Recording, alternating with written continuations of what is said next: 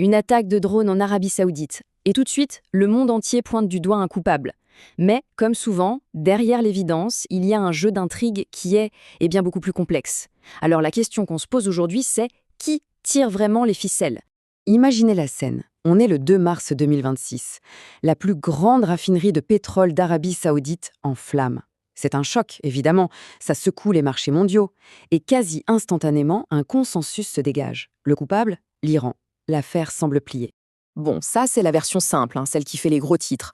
Mais on sait bien que dans cette partie du monde, la première explication c'est rarement la bonne. Alors allons-y, décortiquons un peu les différentes pièces de ce puzzle. Alors revenons sur cette accusation initiale. Vous avez tous les grands médias, Bloomberg, Reuters, la BBC, qui reprennent en boucle la même chose. Ils citent des sources saoudiennes, montrent des images satellites. Bref, pour le monde entier, c'est clair, net et précis. L'Iran est derrière tout ça. Évidemment, face à ça, Téhéran ne reste pas les bras croisés. La réponse arrive très vite. Et c'est un non catégorique. Un démenti total, formel. En gros, ils disent « Nous n'avons absolument, mais alors absolument rien à voir avec ça ». Et pour être sûr que le message passe bien, le ministre des Affaires étrangères iranien, il va sur CNN. La citation est percutante. Il va même jusqu'à parler de contact avec ses frères saoudiens pour calmer le jeu. Son message est clair, ce n'est pas comme ça qu'on fonctionne, ce n'est pas notre politique. Mais attention, l'Iran ne fait pas que nier, non, il contre-attaque. Et là, ils sortent une accusation explosive. Pour eux, ce serait une opération sous faux drapeau. Et qui serait derrière? Leur ennemi de toujours, Israël, qui chercherait à leur faire porter le chapeau. Donc là, on se retrouve avec parole contre parole. Un vrai dialogue de sourds. Jusqu'à ce qu'une troisième voix, sortie de nulle part, vienne tout chambouler.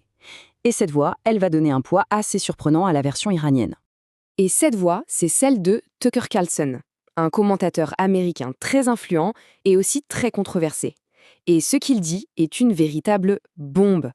Il affirme que la nuit même de l'attaque, des agents du Mossad auraient été arrêtés au Qatar et en Arabie Saoudite en train de préparer des attentats.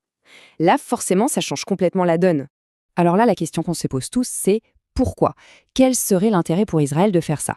S'attaquer à des pays avec qui ils sont justement en train de se rapprocher, tout ça pour faire accuser l'Iran. Ça paraît contre-intuitif, non?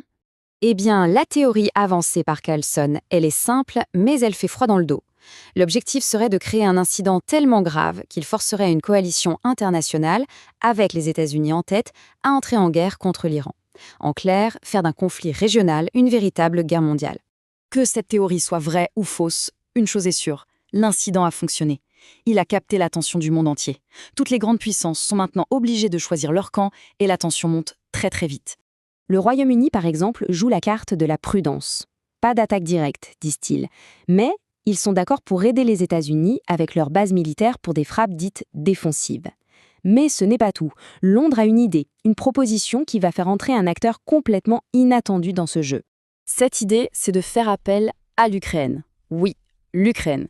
Ça peut paraître surprenant, mais on va voir que ce choix est en fait incroyablement stratégique. Alors, pourquoi l'Ukraine? Eh bien, c'est là que l'histoire devient fascinante. Depuis 2022, à cause de la guerre avec la Russie, l'armée ukrainienne est devenue, sans aucun doute, la meilleure au monde pour une chose, neutraliser les drones iraniens, les fameux Shahed. Ils maîtrisent la guerre électronique, le brouillage, les défenses complexes. Personne ne fait mieux qu'eux. Du côté de Kyiv, le président Zelensky, lui, il voit tout de suite le coup à jouer. Il est d'accord pour envoyer ses meilleurs experts. Mais attention, pas pour rien. Il met une condition, et elle est très claire. Et là, c'est un coup de maître diplomatique. Voilà le deal. L'Ukraine apporte son savoir-faire unique contre les drones. Et en échange, elle demande quoi? Que les pays du Golfe utilisent leur poids, leur influence sur Poutine pour obtenir un cessez-le-feu d'1 mois dans la guerre en Ukraine. C'est brillant. Pendant ce temps, de l'autre côté de l'Atlantique, à Washington, l'ambiance est différente. Leur principale inquiétude, ce n'est pas tant la géopolitique que l'économie. Et surtout, le prix du baril de pétrole. La position américaine, bien résumée par le sénateur Marco Rubio, c'est un numéro d'équilibriste. D'un côté, la priorité absolue, c'est de calmer les prix de l'énergie, donc pas de troupes au sol, en tout cas pour le moment. Mais de l'autre, on laisse bien entendre que l'option militaire reste une possibilité pour le président. Et tout ça, ça nous ramène à notre question du début. On a une attaque, plusieurs coupables possibles, des accusations de manipulation et des grandes puissances qui jouent chacune leur propre jeu.